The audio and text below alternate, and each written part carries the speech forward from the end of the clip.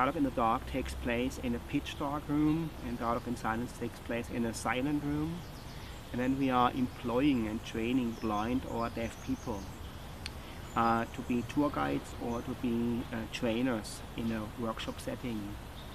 And you can imagine when the blind people are in the dark or the deaf people are in the silence, they are the abled ones. And the participants and the visitors of the exhibition, who are usually sighted or used, I think, to be, let's say, to go around without any problems, suddenly become disabled. And this role swap, this reversal is very important to understand your own values better, to understand your limits, to enhance empathy, and of course to be open towards people who are different. The short story starts in 1928, when both of my parents were born. My mother in Poland as part of a Jewish family, and my father in Germany as part of a Nazi family. And you can imagine what happened when the war was over. My mother was happy to survive, while my father thought the Germans lost the war. When I was 13 years old, I became aware about this very strange family constellation, and I started really thinking what drives people to kill each other, why people turn from the goods to the evils, how it was possible in wartime to exterminate 5 to 6 million people.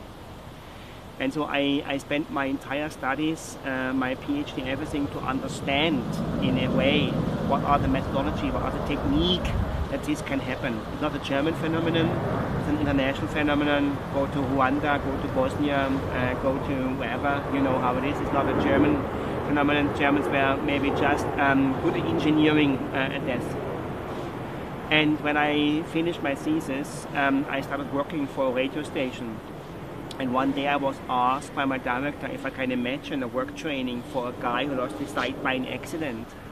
And I had no understanding and no contact to blind, probably disabled people. I thought, oh, shit happens, 28 years old, car accident, no more eyesight, what is life about? And I met him with a very awkward feeling. You know, I wasn't used to talk to blind people who had such a guy who had such a destiny. And I met him, and I have to say, after a short while, I felt very bad about myself. I was embarrassed about myself because I understood that I judged him as let's say, not valuable, that he has not a valuable life.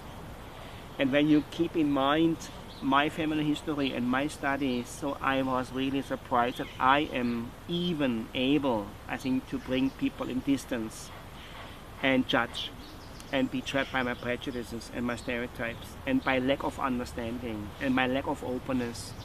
And I thought, wow, when I am judging so quickly, how others might judge. And this was the beginning. And of course I was interested to understand how I can change the public perception, how I can generate a platform for an encounter. Because what I learned out of my studies by a German Jewish philosopher, that the only way to learn is by encounter. So I read a lot of books, I made a lot of studies, but at the end of the day, what did I really learn? And I learned out of the encounter, out of the open encounter with somebody who is different, who is blind. And this was a turning point and a wake-up call in my life. And this was the beginning. A long time. You know, when I did my first study, I wanted to become a teacher because I thought teaching is exactly what I can do, and I love literature and history. But 2 weeks in a school showed me clearly, never ever I will become a teacher.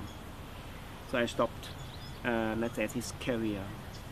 Then I made my PhD because I wanted to understand something really in a rooted, in a deep way, not only blah blah and bubbles. I wanted really to understand one topic in depth. So I studied for 6 years, and I made my PhD. And when I finished, I thought, never ever I want to become a scientist or want to work at a university, because it's a very lonely business and you are losing the capacity to dialogue. And then I worked as a journalist in a radio station and some years, and I was quickly aware about that I don't want to become a journalist, I don't want to be a journalist because it was too superficial. And it was not paid very in an attractive way. For a lot of work, you earn really a lot, and you earn not a lot. And I don't like so much, I think, the world of the media in a certain way. Before I went to a monastery to make an internship as a monk, and I went to a mission to Africa to become a missionary. But every time I understood quickly, sometimes more longer, this is not at all what I'm looking for. So I learned out of the negative form. And for a long time, maybe even until 30, I had no idea what I'm really about, what I can do. And then, when this blind guy came into my life, then suddenly it was clear. And all what I did before was somehow a puzzle. Somehow, for a long time my life was distracted. I had no idea what I'm doing, how I'm doing, how I can stay alive, what is my talent, what is my future, and question. But then, when suddenly I understood my life as a consequence of all these, let's say, searches, then suddenly I had the pressure to persuade what I'm doing. I'm inspired by questions. So I'm a walking question mark. If I reach something, immediately I have two questions. And I am, I want to understand. And I want to be, let's say, beyond.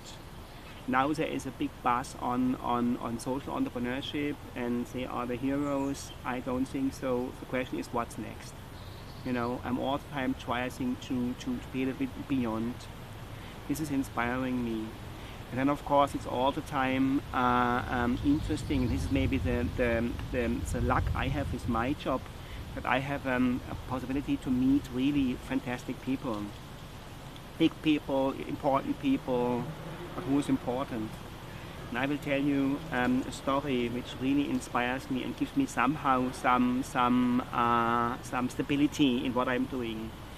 Once a year I'm traveling to Japan because we have a wonderful partner in Japan. And every year when I'm coming, so I'm introduced to the new teammates, the blind team members and the others. And there was one very shy lady, very young, blind, very weak, small lady, young, and she didn't dare, I think, to speak with me. And little by little, I think she overcame her insecurity, and she started speaking, and she told me her story.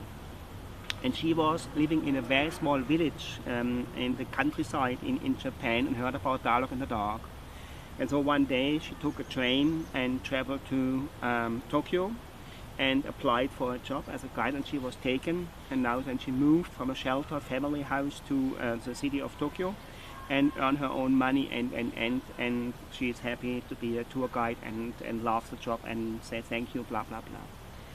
She didn't speak any English, and I had a translator, a volunteer, a young lady, beautiful lady, Harvard student, working for Goldman Sachs as an analyst, and working on a volunteer basis for Dialogue in the Dark in Japan. And it was in the midst of the financial crisis.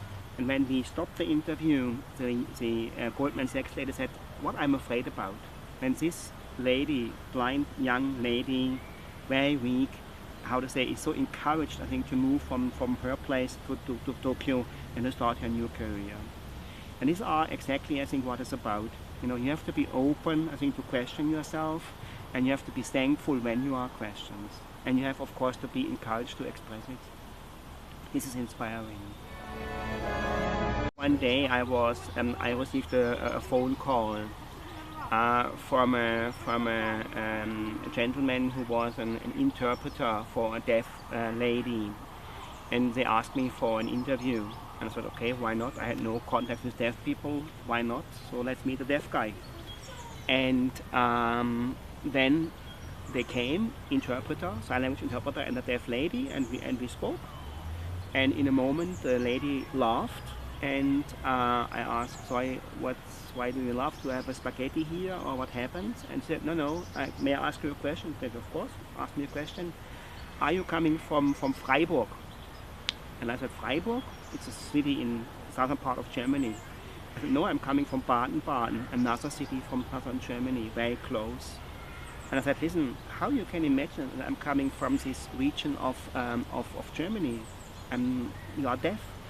And she said, I can see it from your lip figuration. And I was so astonished about, let's say, what can be captured by people who we, let's say, judge as, let's say, deaf. That means there are so many elements within the dialogue. There are so many, let's say, components we even cannot understand and you're not even aware about it. That it's just fascinating to see what can be, let's say, disclosed when you are open to dialogue with people who are different. I'm now for 4 years working with blind people, and we all the time try, I think, to integrate blind people in the mainstream labor market. And so we work together with a big company in Germany, and they send their recruiters, the human resource people, to interview and to train our blind people. And in a moment, the interviewer, the recruiter, asked one of my blind colleagues, listen, what is your potential? What are you good in? And the blind guy started crying because he was never asked. Nobody asked him this question. I have to tell you that this blind gentleman, made for me an incredible career. Started from the scratch, born blind, very abandoned, no education, nothing. And through dialogue he could really, let's say, find his place, and he understood that he has the capacity, the potential to convert from a passive receiver to an active contributor. And this shift is exactly about, they are not the potentials, everybody has to identify his or her own potential. And this has to be leveraged.